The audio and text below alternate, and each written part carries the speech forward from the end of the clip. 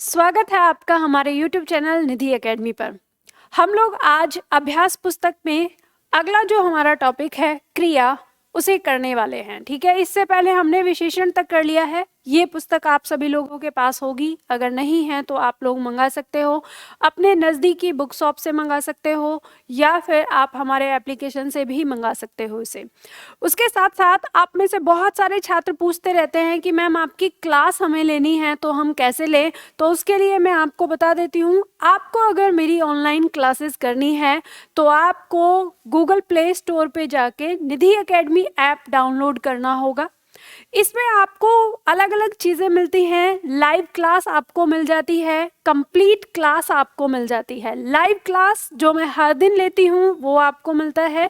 तो live class इस समय हमारी सुबह में 11:30 बजे चल रही हैं, तो आप उस क्लास को ज्वाइन कर सकते हैं। या आप चाहते हैं कि नहीं मैम हमें सारे बैच एक साथ मिल जाए, यानी सारी क्लासेस एक साथ मिल जाए, तो आप कंप्लीट बैच आप ले सकते हैं।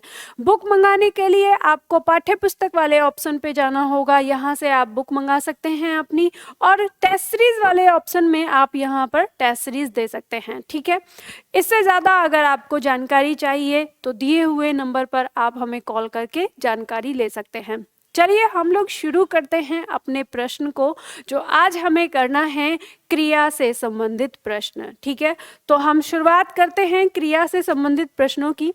तो पहला प्रश्न हमारे सामने है।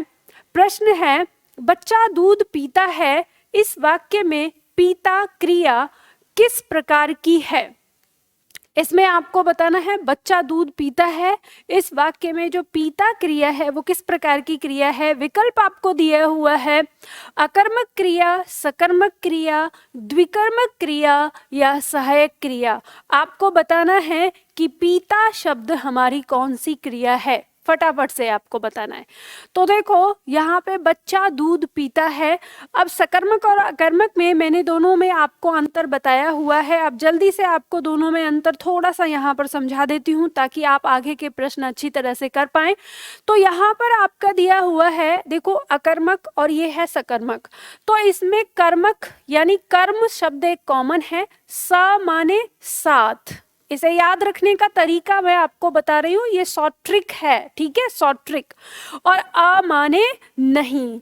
तो जो क्रिया अपने साथ कर्म नहीं लाती है वो अकर्मक कहलाती है, और जो क्रिया अपने साथ कर्म लेकर आती है वो सकर्मक कहलाती है। ठीक है, अब हमें यही पता करना है आपको वाक्य के अंदर कि वाक्य में यदि कर्म आया है तो वह क्रिया सकर्मक होगी, और वाक्य में अगर कर्म नहीं आया है तो वह क्रिया अकर्मक होगी।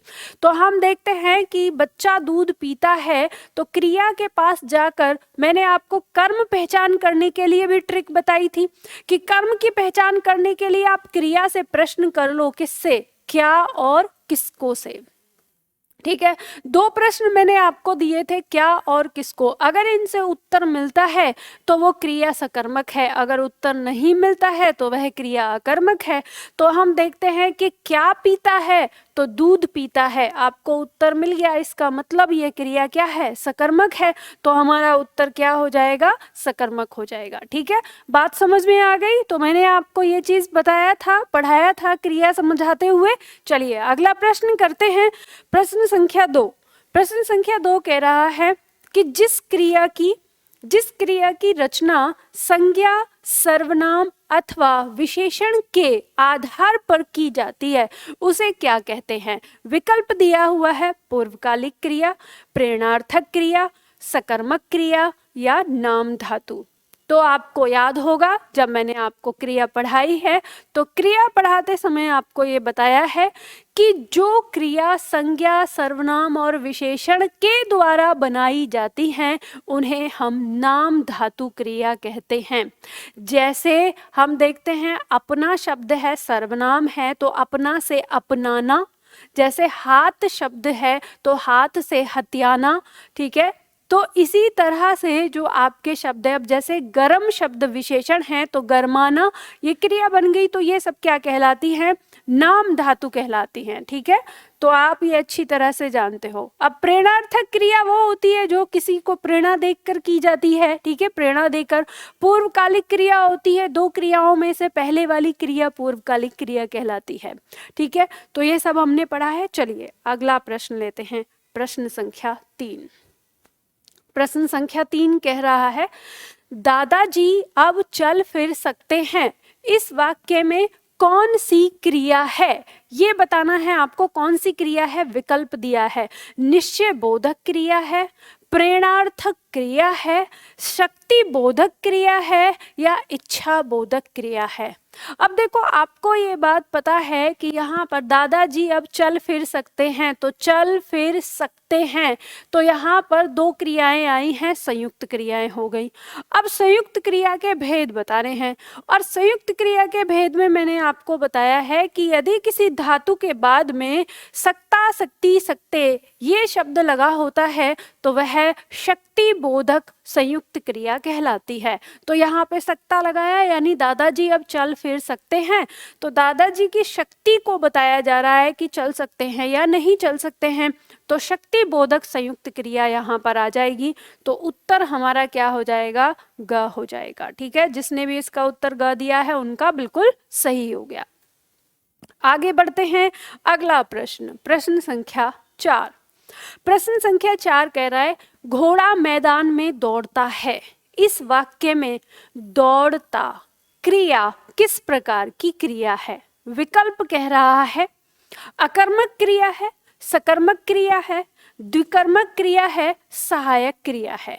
अब यहाँ पे आपको बताना है, ये कह रहा है कि दौड़ता ये क्रिया कौन सी है, सकर्मक है, अकर्मक है, सहायक है या द्विकर्मक है।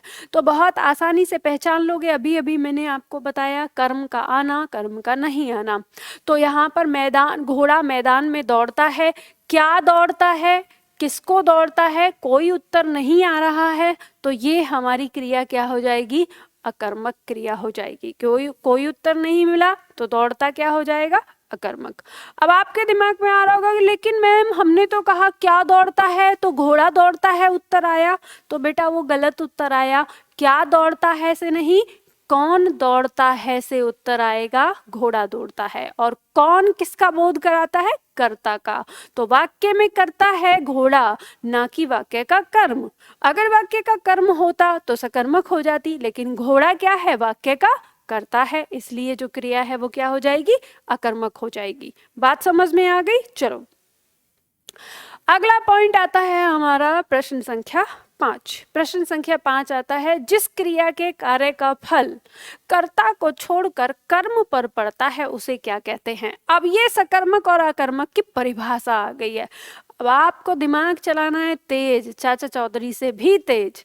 तो विकल्प दिया है, अकर्मक क्रिया है, सकर्मक क्रिया है, द्विकर्मक क्रिया है, या इनमें से कोई नहीं। तो परिभाषा क्या कह रही है, परिभाषा कह रही है कि जिस क्रिया के कार्य का फल कर्ता को छोड़कर कर्म पर पड़ रहा है, तो जब वाक्य में कर्म आएगा तभी तो कर्म पर प्रभाव पड़ेगा, और वाक्य में कर्म आ जाएगा तो क्रिया तो सकर्मक हो जाएगी। तो बस उत्तर मिल गया आपको कि क्रिया क्या हो जाएगी, सकर्मक क्रिया हो जाएगी, क्योंकि फल किस पे पड़ रहा है, कर्म पे पड़ रहा है। और अगर ये होता कि जिस क्रिया का फल कर्म पर ना पड़कर कर्ता पर पड़ता है, तो जब कर्म पर नहीं पड़ रहा मतलब कर्म आया ही नहीं है वाक्य में, तो फिर कर्ता पर फल जा रहा है, तो इसका मतलब अकर्मक क्रिया हो गई। ठीक है, बात समझ में आ गई। चलो आगे बढ़ते हैं, अगला प्रश्न, प्रश्न संख्या 6। प्रश्न संख्या 6 कह रहा है, कौन सा शब्द क्रिया नहीं है। इनमें से कौन सा शब्द है जो क्रिया नहीं है। विकल्प दिया है गिरवाना, विकल्प दिया है छाया, विकल्प दिया है चलाना, विकल्प दिया है लिखवाना। अब कह रहा है जो क्रिया नहीं है वो बताना है, और बहुत आसानी से आप लोग समझ गए होंगे कि हमें पता है गिरवाना, चलाना, लिखवाना ये तीनों ही हमारे क्या हैं, क्रिया हैं। छाया जो शब्द है ये हमारी एक संज्ञा है, और जो कि क्या है, भाववाचक संज्ञा है। ठीक है, तो ये हमारा आ जाएगा, ये संज्ञा यानी ये क्रिया नहीं है, उत्तर यही हो जाएगा। चलो आगे बढ़ते हैं। अगला प्रश्न, क्रिया चुनिए। निम्न में से क्रिया बतानी है आपको। वाक्य दिया है, मेरी बहन सविता हिंदी भाषा सीखती है। विकल्प दिया है आपको, हिंदी, बहन, सीखती है, भाषा। अब ये तो बहुत आसान है, हर कोई बता देगा। वाक्य दिया है, मेरी बहन सविता हिंदी भाषा सीखती है। अब सीखती है ही क्या है, क्रिया है, तो ये किस विकल्प में है, ये ग विकल्प में है। तो उत्तर हमारा क्या आ जाएगा, ग आ जाएगा। बहुत आसान है, आसानी से आप कर लेंगे। चलिए अगला प्रश्न है प्रश्न संख्या 8। प्रश्न संख्या 8 कह रहा है, सीमांत पकौड़े खा रहा है। रेखांकित वाक्य में क्रिया का भेद बताइए। इसमें क्रिया का भेद बताना है। विकल्प दिया है, अकर्मक क्रिया है, सकर्मक क्रिया है, प्रेरणार्थक क्रिया है या द्विकर्मक क्रिया है। तो यहाँ पर हम देखेंगे वाक्य क्या कह रहा है, सीमांत पकौड़े खा रहा है। क्या खा रहा है, पकौड़े खा रहा है, तो कर्म मिल गया। अब कर्म मिल गया तो वाक्य क्या हो गया, हमारा क्रिया क्या हो गई, सकर्मक क्रिया हो गई। तो उत्तर हमारा क्या आ जाएगा, सकर्मक आ जाएगा। ठीक है, बात समझ में आ गई। चलो आगे बढ़ते हैं।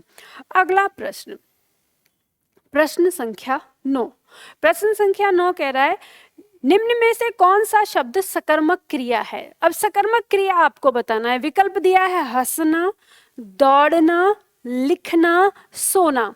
4 विकल्प आपके सामने दिए हैं, कौन सा शब्द सकर्मक क्रिया इनमें से है, सकर्मक बताना है। अब शब्द दिया है हंसना, तो मैंने आपको बताया कि जब इस तरह के शब्द आ जाएं तो भी आपको क्या और किसको से प्रश्न कर लेना है, कुछ ना कुछ उत्तर मिलेगा आपको। उत्तर मिलेगा तो सकर्मक है, उत्तर नहीं मिलेगा तो अकर्मक है। अब कैसे कहेंगे, क्या हंसता है, तो कोई उत्तर नहीं आता। क्या दौड़ता है, कोई उत्तर नहीं आता। किससे उत्तर आएगा, कौन से आएगा, है ना, तो क्या से नहीं आ रहा। क्या सोता है, कोई उत्तर नहीं आ रहा। क्या लिखता है, तो उत्तर आ सकता है, पत्र लिखता है। ठीक है, तो यानी यही क्या है, सकर्मक है, इसमें उत्तर मिल रहा है। तो लिखना शब्द ही हमारा क्या हो गया, सकर्मक है। ठीक है, बात समझ में आ गई। चलो आगे बढ़ते हैं। अगला प्रश्न लेते हैं। अगला प्रश्न, प्रश्न संख्या 10।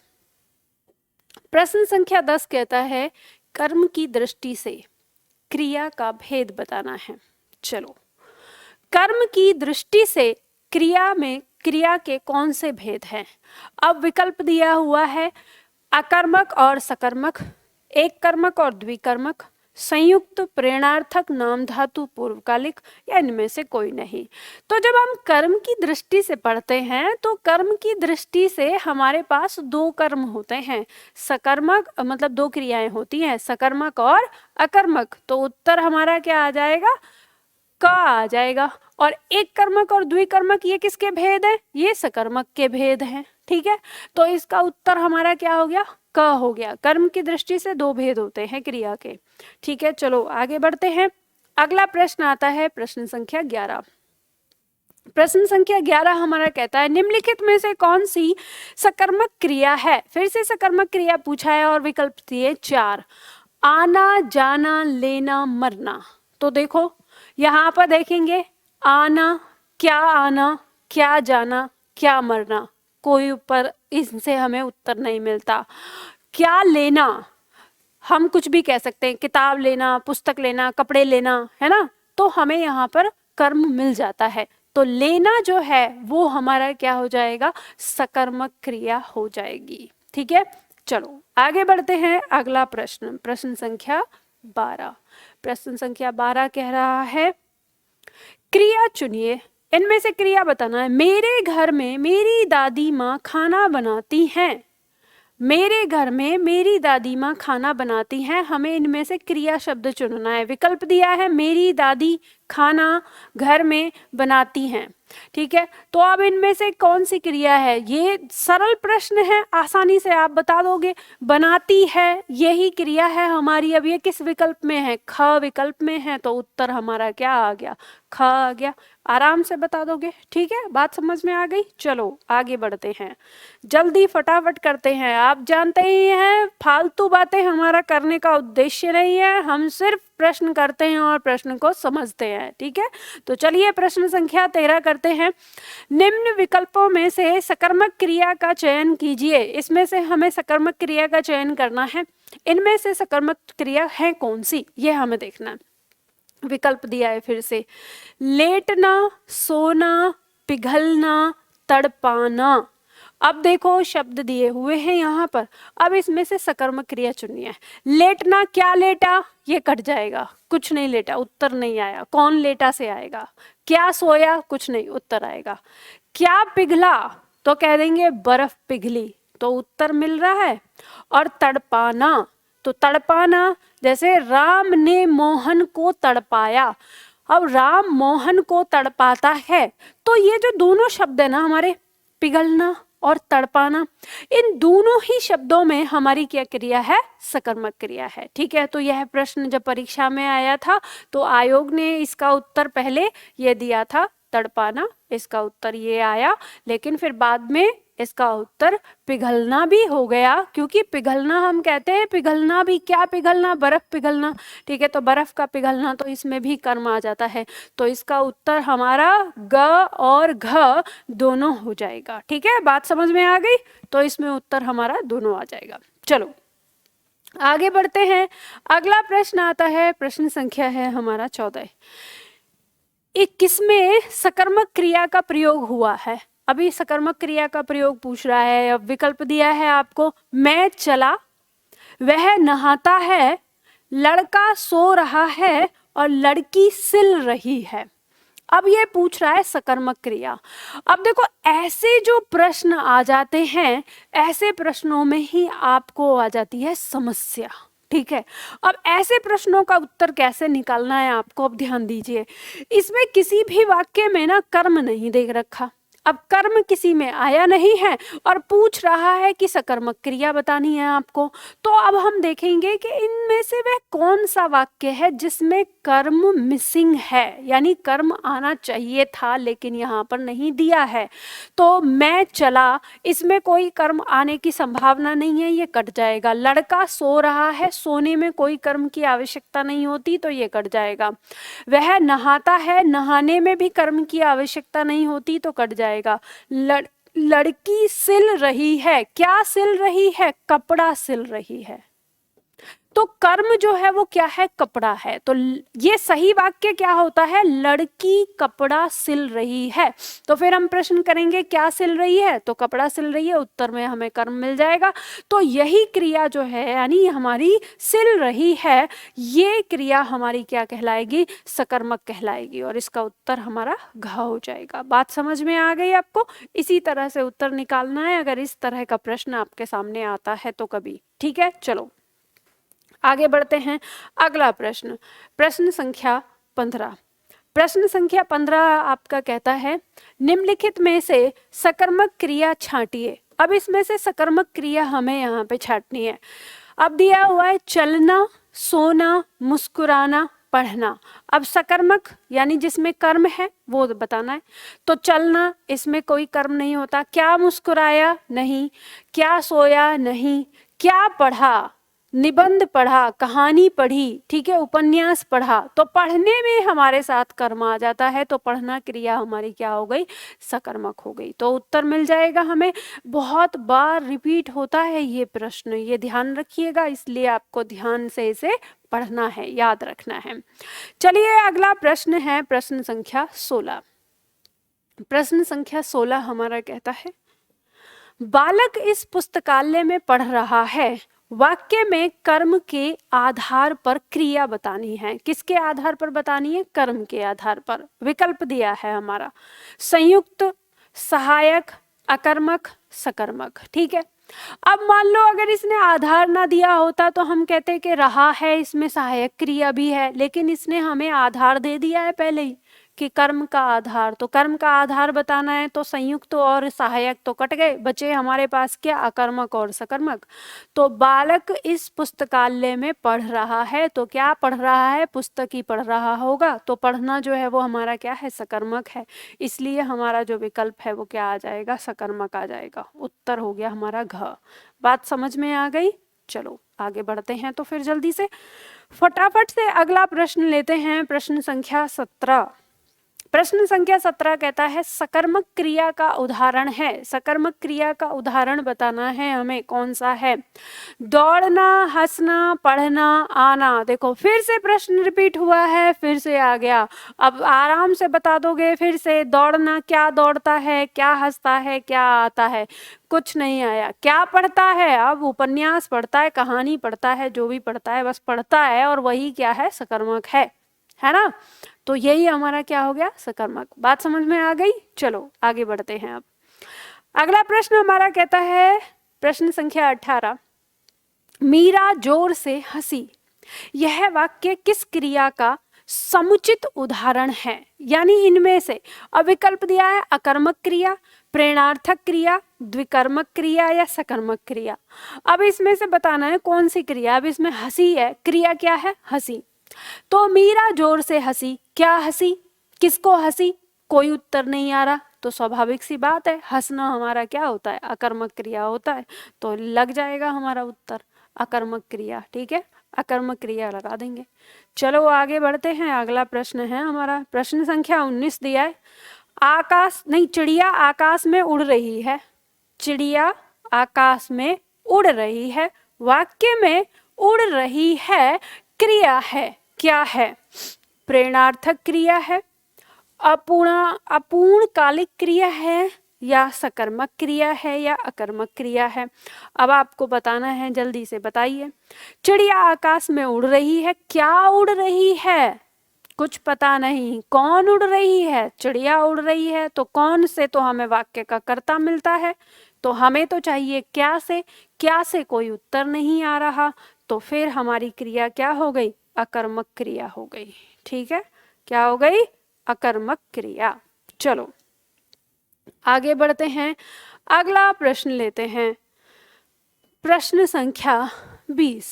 प्रश्न संख्या 20 हमारा कहता है, जिस क्रिया के कार्य का फल कर्ता पर पड़ता है उसे क्या कहते हैं। देखो क्या कह रहा है, जिस क्रिया के कार्य का फल किस पर पड़ता है, कर्ता पर पड़ता है। और विकल्प क्या दिया है, अकर्मक क्रिया, सकर्मक क्रिया, द्विकर्मक क्रिया, इनमें से कोई नहीं। तो आपको बताना है, अब जब कर्म पर नहीं पड़ रहा और किस पर पड़ रहा है, कर्ता पर पड़ रहा है, तो वाक्य में कर्म आया ही नहीं है। जब वाक्य में कर्म आया ही नहीं है तो इसका मतलब उस वो वाक्य की क्रिया जो है वो क्या होगी, अकर्मक होगी। बस दिमाग लगा लेना है आपको, तो उत्तर क्या मिल जाएगा आपका, अकर्मक क्रिया हो जाएगा। ठीक है, तो जिस क्रिया का परिणाम यानी जिस क्रिया का फल किस पर पड़ता है, कर्ता पर पड़ता है, वो अकर्मक कहलाती है।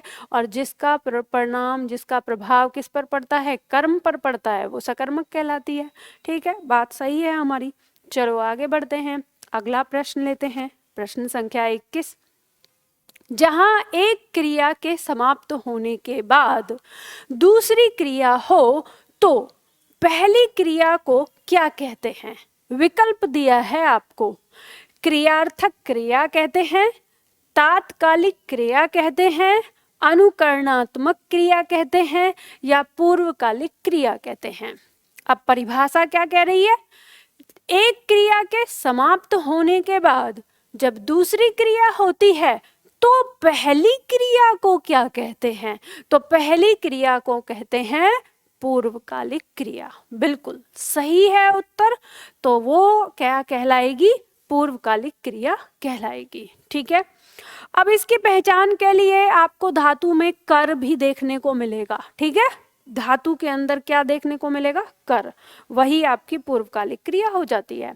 चलो आगे देखते हैं, आगे बढ़ते हैं।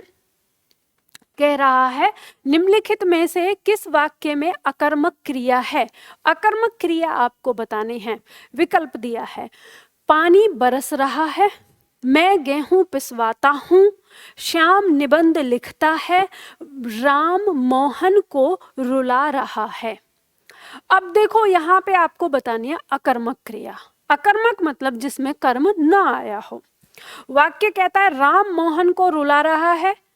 क्या रुला रहा है? कोई उत्तर नहीं। किसको रुला रहा है? मोहन को रुला रहा है। तो ये कर्म हो गया। अब ये कर्म हो गया तो मतलब ये रुलाना, तो रुला रहा है ये क्रिया क्या हो गई? सकर्मक हो गई। ठीक है। श्याम निबंध लिखता है, तो क्या लिखता है? निबंध लिखता है, फिर ये कर्म हो गया, तो ये भी सकर्मक हो गई। मैं गेहूं पिसवाता हूँ, क्या पिसवाता हूँ? गेहूं पिसवाता हूँ, कर्म आ गया। पानी बरस रहा है, तो क्या बरस रहा है? तो पानी बरस रहा है। अब इसमें आपको देखना है कि यहाँ पर हमारी क्या क्रिया होगी, यानी ये कह रहा है कि निम्नलिखित में से किस वाक्य में अकर्मक क्रिया है। तो अकर्मक क्रिया हमें इसमें बतानी है आपको कि इसमें कौन सा शब्द है जिसमें अकर्मक क्रिया। अब इसमें तो चारों में ही, यानी जो सारे प्रश्न देखें तो क्या बरस रहा है? पानी बरस रहा है। तो इसमें भी क्रिया क्या आ गई? हमारी अकर्मक आ गई, क्योंकि इसमें तो काम को करने वाला नहीं है।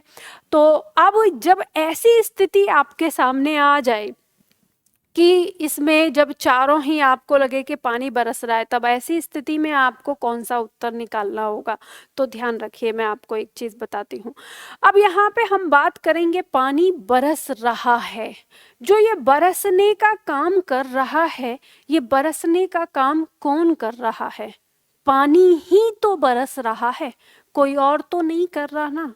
कोई ऐसा तो नहीं है कि कोई और बरस रहा है, नहीं, पानी बरस रहा है। तो पानी बरस रहा है, तो यहाँ पर पानी जो है वो एक तरह से कर्ता का काम कर रहा है। तो जब कर्ता का काम कर रहा है, भले ही ये आपके क्या से उत्तर आए, लेकिन ये काम किसके जैसे कर रहा है? कर्ता के जैसे कर रहा है। तो कर्ता के जैसे कर रहा है, तो ये क्रिया हमारी क्या कहलाएगी? अकर्मक कहलाएगी। और इसका उत्तर हमारा क्या हो जाएगा? क हो जाएगा, यानी ये ही हमारा क्या हो जाएगा? अकर्मक। ठीक है। तो जब भी इस तरह का प्रश्न आपके सामने आएगा, आपको बहुत ध्यान से रखना है। जैसे रुला रहा है, इसमें कर्ता क्या है? राम है, और कर्म क्या है? मोहन। ठीक है। श्याम निबंध लिख रहा है, इसमें कर्ता कौन है? श्याम है, और कर्म क्या है? निबंध है। मैं गेहूं पिसवाता हूँ, तो पिसवाने का काम कर रहा हूं मैं, कर्ता कौन है? मैं, और कर्म क्या है? गेहूं। तो इसमें कर्ता और कर्म सब में आ रहा है, लेकिन इस वाक्य के अंदर यहाँ पर बरसने का काम पानी ही कर रहा है। तो पानी इस समय कर्ता के जैसा काम कर रहा है। तो कर्ता के जैसा काम होने के कारण यहाँ पर क्या है? क्रिया हमारी अकर्मक है। बात समझ में आ गई? तो इसलिए इसका उत्तर क्या हो जाएगा? ए हो जाएगा। ठीक है, चलो आगे बढ़ते हैं। अगला प्रश्न आता है प्रश्न संख्या 23। प्रश्न संख्या 23 कह रहा है निम्नलिखित वाक्यों में अकर्मक क्रिया के अकर्मक क्रियार्थक वाक्य है। इनमें से अकर्मक क्रियार्थक वाक्य आपको चुनना है, जिसमें यानी वह वाक्य चुनना है जिसमें अकर्मक क्रिया हमारी दी हुई है। अब यहाँ पे कह रहा है कि बूंद बूंद से घड़ा भर जाता है। दूसरा दिया हुआ है धावक मैदान में तेज गति से दौड़ रहा है। तीसरा दिया है माँ बेटे को खाना खिला रही है। चौथा दिया है चाचा जी ने मुझे पत्र लिखा है। तो आप देखो, हमें बताना है अकर्मक। तो हम यहाँ देखेंगे क्या लिखा है? पत्र लिखा है। तो हमें ये क्या हो गया? सकर्मक हो गया।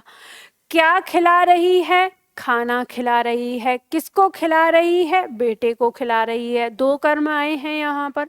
ठीक है। धावक मैदान में तेज गति से दौड़ रहा है। क्या दौड़ रहा है? कोई उत्तर नहीं आ रहा। कौन दौड़ रहा है? धावक दौड़ रहा है। बूंद बूंद से घड़ा भर जाता है। क्या भर जाता है? घड़ा भर जाता है। तो इसमें यहाँ पर कर्म आ गया। तो हमें जो यहाँ पे मिल रहा है अकर्मक क्रिया, वो मिल रही है ख में। तो इसका उत्तर जो है वो हमारा क्या हो जाएगा? ख हो जाएगा। बात समझ में आ गई आप लोगों को? चलो आगे बढ़ते हैं। प्रश्न संख्या 24। प्रश्न संख्या 24 हमारा कहता है उठाना क्रिया का अकर्मक रूप बताना है। देखो शब्द दिया है उठाना, इस क्रिया का अकर्मक रूप बताना है।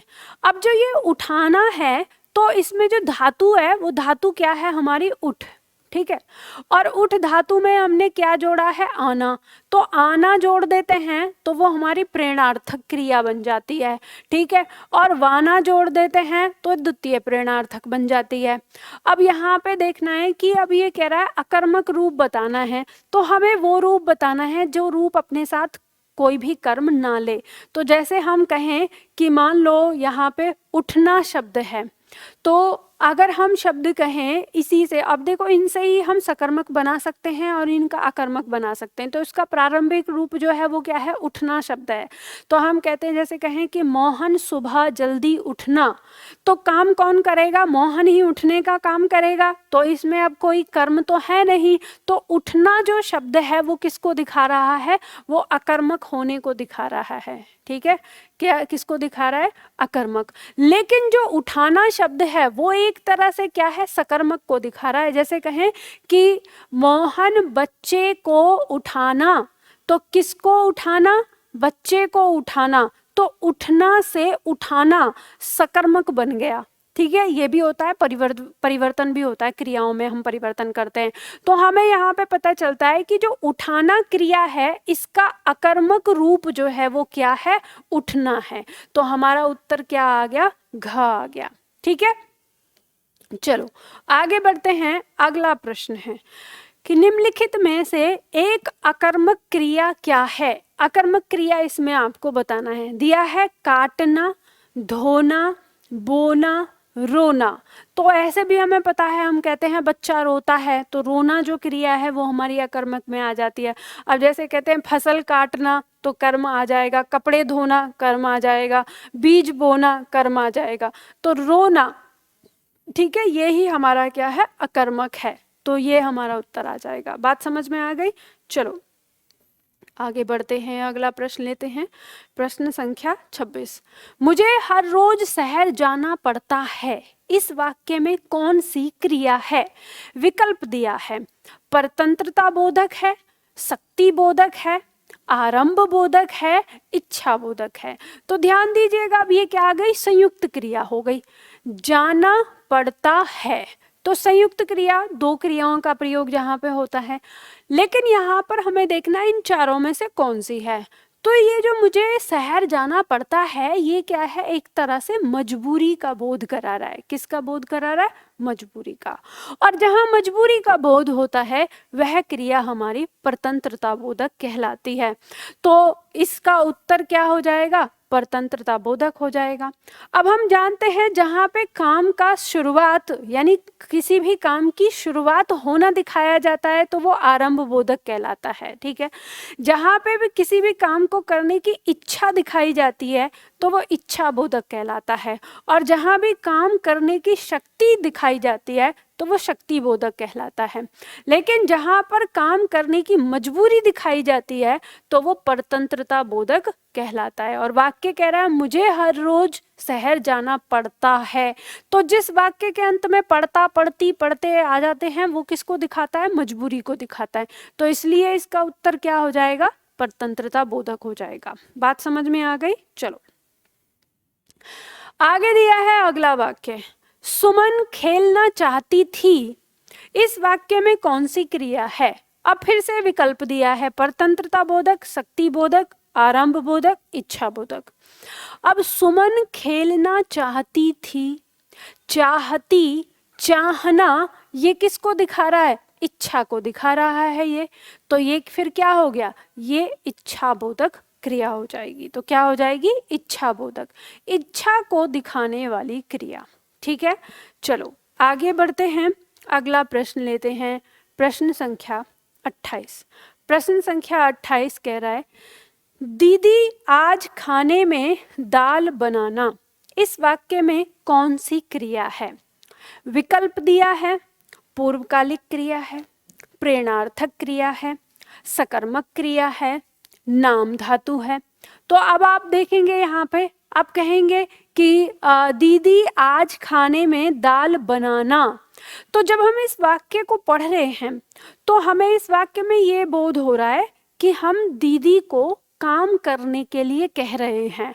तो जो बनाना शब्द है वो क्या है, एक तरह से प्रेरणा का काम कर रहा है कि मैं खुद नहीं बनाऊंगा। किससे कह रहा हूं मैं? दीदी से कह रहा हूं कि दीदी आपको बनाना है दाल। तो जब हम यहाँ पर किसी दूसरे से काम करने के लिए कहते हैं, जिस क्रिया से हमें लगता है कि यह काम किसी दूसरे के द्वारा करवाया जा रहा है, तो वो हमारी प्रेरणार्थक क्रिया कहलाती है। ठीक है, क्या कहलाती है? प्रेरणार्थक क्रिया कहलाती है, उसे हम कहते हैं प्रेरणार्थक क्रिया। दाल बनाना, तो बनाना जो शब्द है, अब हमें पता है बन धातु में हमने क्या जोड़ा है? आना जोड़ा है। तो धातु में आना जुड़कर हमारी प्रेरणार्थक क्रिया बन जाती है, ये भी हम पढ़ते हैं। ठीक है, तो बात समझ में आ गई। चलो आगे बढ़ते हैं, अगला प्रश्न लेते हैं, प्रश्न संख्या 29। प्रश्न संख्या 29 कह रहा है, मूल अकर्मक धातुओं के साथ प्रत्यय जोड़कर बनाई गई क्रिया धातु क्या कहलाती है? देखो यहाँ पे ये कह रहा है कि मूल अकर्मक धातुओं के साथ प्रत्यय जोड़कर बनाई गई जो क्रिया धातु है उसे हम क्या कहते हैं? संयुक्त धातु कहेंगे, द्विकर्मक धातु कहेंगे, सांधित सकर्मक धातु कहेंगे, या समस्त धातु कहेंगे। ठीक है, तो इसमें आपको मैं बता देती हूँ, हो सकता है आपको कंफ्यूजन हो। जब हम किसी अकर्मक से सकर्मक बनाते हैं या किसी सकर्मक से अकर्मक क्रिया जब हम बनाते हैं तो वहां पर हम प्रत्ययों का प्रयोग करते हैं। ठीक है, तो यहाँ पे कह रहा है कि जो मूल अकर्मक है, मूल अकर्मक धातु के साथ जब हम प्रत्यय जोड़कर और उसका सकर्मक बनाते हैं तो उसे हम साधित सकर्मक धातु कहते हैं। ठीक है, उस समय हम उसको क्या कहते हैं? साधित सकर्मक धातु कहते हैं। कैसे? जैसे हमने अभी शब्द देखा था ना, शब्द था उठना, तो उठना में हमने क्या लगाया? उठाना। तो उठाना ये प्रत्यय लगाकर हमने क्या बना दिया? इसको सकर्मक बना दिया। तो ये जो सकर्मक बनी, अब ये तो है अकर्मक पहले से, लेकिन ये क्या बन गई? सकर्मक बन गई। तो अब हम इस सकर्मक को क्या कहेंगे? साधित सकर्मक कहेंगे। तो साधित सकर्मक कहने से हमें पता चल जाता है कि इसकी जो मूल धातु है वो पहले अकर्मक रही होगी और हमने प्रत्यय लगाकर इसको सकर्मक बनाया है। ठीक है, तो परिवर्तन भी आपकी परीक्षा में आ जाता है। ठीक, चलो आगे बढ़ते हैं। अगला प्रश्न आता है प्रश्न संख्या 30। प्रश्न संख्या 30 कहता है, उसने नहाकर भोजन किया। इस वाक्य में नहाकर निम्नांकित में से किस क्रिया का उदाहरण है? ये आपको बताना है। उसने नहाकर भोजन किया, ये आपको बताना है। तो विकल्प दिया है संयुक्त क्रिया, विकल्प दिया है प्रेरणार्थक क्रिया, विकल्प दिया है द्विकर्मक क्रिया, विकल्प दिया है पूर्वकालिक क्रिया। तो ये कह रहा है उसने नहाकर भोजन किया। पहली क्रिया नहाकर, दूसरी क्रिया भोजन करना। तो इससे पहली क्रिया जो नहाकर है ये हमारी क्या कहलाएगी? ये पूर्वकालिक क्रिया कहलाती है। ठीक है, तो उत्तर हमारा क्या हो जाएगा? पूर्वकालिक क्रिया कहलाएगा। बात समझ में आ गई आपको? चलो आगे बढ़ते हैं, अगला प्रश्न लेते हैं, प्रश्न संख्या 31। अब पढ़कर क्या होगा? इस वाक्य में कौन सी क्रिया है? विकल्प दे रहा है पूर्वकालिक क्रिया है, द्विकर्मक क्रिया है, प्रेरणार्थक क्रिया है या संयुक्त क्रिया है। तो अब वाक्य देखेंगे, अब पढ़कर क्या होगा। तो देखो पढ़कर, तो पढ़कर इसमें लगा हुआ है, तो ये पूर्वकालिक हो गई कि अब पढ़कर क्या होगा, यानी अब पहले अभी से पढ़ोगे तो बाद में क्या होगा? कुछ भी नहीं होगा, यानी अब तो पेपर निकल गया। तो यानी पूर्वकालिक क्रिया है इसमें कौन सी? पढ़कर। तो यही हमारा क्या आ जाएगा उत्तर? पूर्वकालिक क्रिया आ जाएगा। ठीक है, चलो आगे बढ़ते हैं। अगला प्रश्न है प्रश्न संख्या 32। प्रश्न संख्या 32 कह रहा है, हथियाना में कौन सी क्रिया है? हथियाना शब्द में आपको क्रिया बतानी है। विकल्प दिया है प्रेरणार्थक है, संयुक्त है, अनुकरणात्मक है या नाम धातु है। तो अगर आप ध्यान से सुनते होंगे तो मैंने अभी इसी क्लास में आपको बताया कि नाम धातु के अंदर कौन सी आती हैं। तो जैसे हाथ शब्द से बना हथियाना, ठीक है, तो ये हाथ संज्ञा से बना है हथियाना, तो ये संज्ञा से बना है तो क्या कहलाएगा? नाम धातु कहलाएगा। ठीक है, क्या कहलाएगी क्रिया? नाम धातु। ठीक है, तो उत्तर क्या आ जाएगा? नाम धातु। चलो अगला प्रश्न है प्रश्न संख्या 33। प्रश्न संख्या 33 कहता है किस वाक्य में पूर्ण द्विकर्मक क्रिया का प्रयोग हुआ है जिसमें दो कर्म आए हुए हों। द्विकर्मक का मतलब है ना दो कर्म आए होंगे, वो आपको बताना है। मोर नाच रहा है, महेश रुग्ण हो गया, ममता ने कुत्ते को रोटी खिलाई, इनमें से कोई नहीं। तो अब आपको यहाँ पे पता चल गया, देखो क्या कर रहा था, नाच रहा था, महेश रुग्ण हो गया, इनमें तो कर्म है ही नहीं, मतलब दो कर्म है ही नहीं। ममता ने कुत्ते को रोटी खिलाई, क्या खिलाई, रोटी खिलाई, एक कर्म, किसको खिलाई, कुत्ते को खिलाई, दो कर्म। तो दो कर्म आ गए, तो दो कर्म आते ही ये क्या हो गई, द्विकर्मक क्रिया हो गई। तो उत्तर हमारा क्या हो गया, ग हो गया। द्विकर्मक क्रिया किसमें है, हमारे ग विकल्प में है, तो इसका उत्तर ग। चलो आगे बढ़ते हैं, अगला प्रश्न, प्रश्न संख्या 34। निम्न वाक्यों में से एक में संयुक्त क्रिया का प्रयोग नहीं हुआ है। ठीक है, संयुक्त क्रिया का प्रयोग हुआ है, बाकी सब में एक में संयुक्त क्रिया का प्रयोग नहीं हुआ है। अब जिसमें नहीं हुआ है वो आपको बताना है। विकल्प दिया है आपके सामने, मेरे हाथ से गिलास गिरा और टूट गया, मैं अपने घर में रहूंगा, स्वस्थ होना है तो तुमको दवा पीनी पड़ेगी, लड़का प्रसन्न होकर चलता बना। अब देखो संयुक्त क्रिया क्या है, जैसे यहाँ पर चलता बना, चलना और बनना ये दोनों एक अलग अलग क्रियाएं, दोनों मिलकर संयुक्त क्रिया कहलाती हैं। पीना और पढ़ना ये दोनों अलग अलग क्रियाएं हैं, एक मिलकर संयुक्त कहलाती हैं। टूटना और गया ये दोनों क्रियाएं अलग अलग हैं, लेकिन मिलकर एक संयुक्त कहलाती हैं। अब घर में रहूंगा, यहाँ पर एक ही क्रिया है, तो बाकी तीनों में तो संयुक्त क्रिया का प्रयोग हुआ है, लेकिन ख में मैं अपने घर में रहूंगा, इसमें संयुक्त क्रिया का प्रयोग नहीं हुआ है, तो यही हमारा क्या है, उत्तर हो जाएगा। बात समझ में आ गई। चलो आगे बढ़ते हैं, अगला प्रश्न, प्रश्न संख्या 35। प्रश्न संख्या 35 हमारा कह रहा है कौन सा संयुक्त क्रिया का भेद नहीं है। जो संयुक्त क्रिया का भेद नहीं है वो बताना है आपको। विकल्प दिया है अवकाश बोधक, विकल्प दिया है निश्चय बोधक, विकल्प दिया है नित्यता बोधक, विकल्प दिया है नाम बोधक। तो हमें पता है संयुक्त क्रिया का आकाश बोधक होता, अवकाश बोधक होता है, नित्यता बोधक होता है, निश्चय बोधक होता है, लेकिन नाम बोधक क्रिया नहीं होता। ठीक है, नाम धातु अलग क्रिया है हमारी। ठीक है, चलो आगे बढ़ते हैं, अगला प्रश्न लेते हैं, प्रश्न संख्या 36। प्रश्न संख्या 36 कह रही है दिनेश आज भी रिकॉर्ड तोड़ सकता है, इस वाक्य में कौन सी क्रिया है। विकल्प आपके सामने हैं, परतंत्रता बोधक, शक्ति बोधक, आरंभ बोधक और इच्छा बोधक।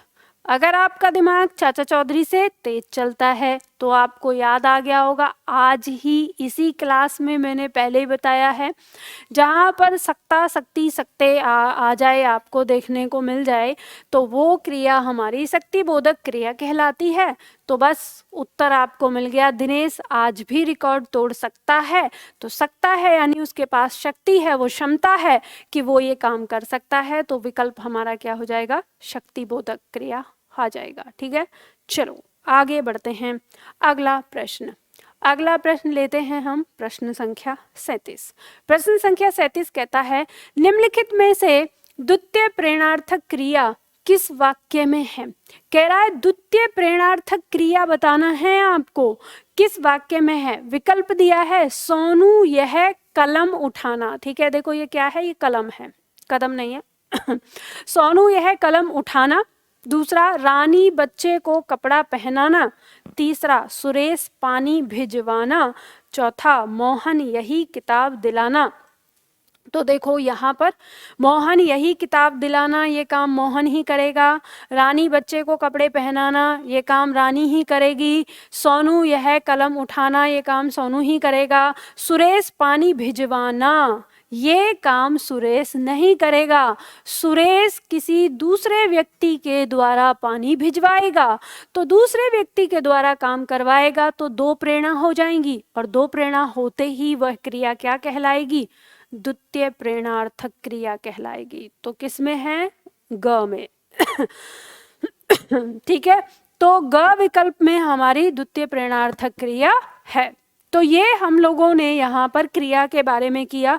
अब क्रिया का टॉपिक अब देखो, इससे आगे और भी अभ्यास हैं आपके। तो जो आपकी अभ्यास पुस्तक है, कौन सी अभ्यास पुस्तक है? ये आपकी अभ्यास पुस्तक है। इस अभ्यास पुस्तक से हम ये प्रश्न कर रहे हैं। तो आप सभी की जानकारी के लिए, जो छात्र नहीं जानते उन्हें मैं बता दूं, ये अभ्यास पुस्तक है आपके लिए, रामबाण है। परीक्षा कोई सी भी है आपकी, आपके लिए यह पुस्तक बहुत ही आवश्यक है। तो ये आपके पास होनी चाहिए, इसमें आपको प्रश्न दिए हुए हैं। साथ ही साथ आप में से जो छात्र हमारी ऑनलाइन क्लास लेना चाहते हैं तो वो ऑनलाइन क्लास ले सकते हैं। मैंने आपको बताया क्लास की शुरुआत में भी, फिर से बता देती हूँ। ऐप हमारा निधि एकेडमी ऐप है। इस एप्लीकेशन पर आप जाएंगे तो यहाँ से आप हमारी लाइव बैच ले सकते हैं, यानी लाइव क्लासेस ले सकते हैं। अगर आपको हर दिन एक एक क्लास करके देखना है तो लाइव क्लास आप ले सकते हैं, जिसका टाइमिंग है 11:30 बजे से। तो 11:30 बजे आप लाइव क्लास का बैच देख सकते हैं सामान्य हिंदी का। सभी परीक्षाओं के लिए आपका कॉमन बैच चलता है, जिसमें आप आराम से अपनी परीक्षा के लिए अच्छे से हिंदी सीख सकते हैं। और दूसरा आता है आपका सामान्य Hindi complete batch. Complete batch भी का मतलब होता है, इसमें पहले सारी क्लास आपको एक साथ मिल जाती हैं। आप अपनी मर्जी से देख सकते हैं, एक दिन में 2 क्लास, 3 क्लास, 4 क्लास, जितनी भी चाहें। ठीक है, अगर आपको बुक खरीदनी है तो पाठ्य पुस्तक वाले ऑप्शन पे जाके आप हमारी बुक ले सकते हैं। यहाँ से टेस्ट सीरीज आप दे सकते हैं, टेस्ट सीरीज भी आपका ऑप्शन यहाँ पर दिया हुआ है। ठीक है, तो यहाँ से आप टेस्ट सीरीज वगैरह देख सकते हैं। तो चलिए, आज के लिए हम इतना ही करते हैं, और इसके आगे फिर हम अगले वीडियो में मिलेंगे। और एक बात और ध्यान रखिए, अगर आप लोगों को ये वीडियो अच्छी लगती है तो इसे शेयर कर दिया करिए, लाइक कर दिया करिए। मैं कभी आप लोगों से नहीं कहती हूँ तो आप लोग साथ नहीं देते हैं बिल्कुल भी। तो वीडियो अच्छी लगती है, इसे शेयर करिए। ठीक है, ज़्यादा से ज़्यादा लाइक करिए और अच्छी से अच्छी कमेंट करिए। ठीक है, और अगर आपके पास अच्छी कमेंट करने के लिए नहीं है तो मत करिए। ठीक है, गंदी कमेंट मत करना। मैं इतनी मेहनत करती हूँ आप लोगों को पढ़ाने के लिए। चलो ठीक है, तो फिर आज के लिए इतना ही, फिर मिलते हैं अगले वीडियो में।